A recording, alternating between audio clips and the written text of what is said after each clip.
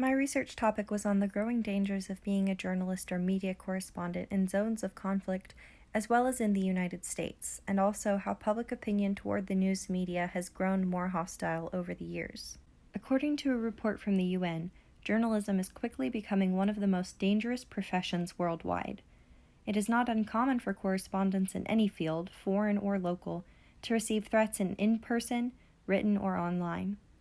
The capture, torture, or killing of journalists is most common in zones of high conflict or dictatorships where the government will silence any semblance of opposition. Hostility and violence towards the media is also growing in the United States. After some preliminary research, I found my thesis. Journalists and other members of the media face increasing danger in their daily job requirements, yet do not receive the necessary training to protect themselves or learn to diffuse dangerous situations. First, however, we must come to an agreement on what a journalist is. A journalist is any person who writes for news publications or broadcasts news in any form. This could include writers, photographers, multimedia journalists, and even news anchors. As I stated previously, journalism has grown to be a more dangerous profession since the start of the Second World War in 1939. While conflict correspondents certainly receive the most national publicity, there are still a number of local journalists, that is, those who report not to a corporation, but to a small publication or station, who are killed in the line of duty. However, in the last 5 years, more safety measures have been implemented to aid in the protection of those reporting in conflict zones. Shown here are photographs taken in the midst of the Charlottesville riots in 2017, which will come into play later on. While required training varies according to each media outlet, the most consistent training among these is emergency first aid response.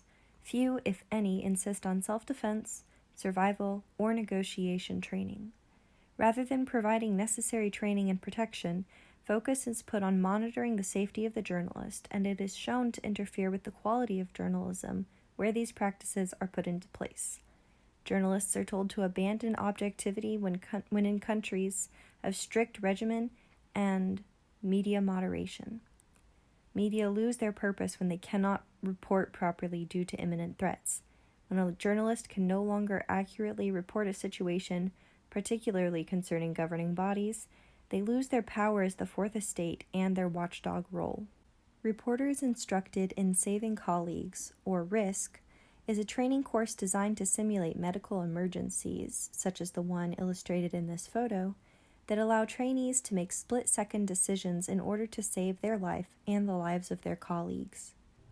Due to the high mortality rates of journalists in zones of conflict, getting news from these countries has grown increasingly difficult due to the concern of the journalist's safety when reporting on these wars. A majority of correspondents have been threatened in some manner while reporting in an area of conflict. Danger also abounds, even in the United States, as we see a rise in crowd violence, riots, and insurrection in just the last 4 years. The protests and riots in Charlottesville of 2017 led to a reporter filing assault charges after getting threatened and punched while recording footage of the riots. Press secretaries and reporters faced threats when the Capitol was infiltrated by insurrectionists in January of 2021. Journalists going into conflict in war zones of course understand the risk when accepting such dangerous assignments. But with the danger reaching out into our hometowns, their safety must still be made a priority. The public opinion of the media is lower than ever in the United States, and their trust of news reports declines further still. We have seen just in our lifetime that journalism has become a far more dangerous career than ever, yet the world will still always have the need of the news and the media. We can assume that required training courses outside of first aid should be implemented, and that the safety of those in conflict zones as well as those in local hometowns should be considered a higher priority than they are at present. Thank you.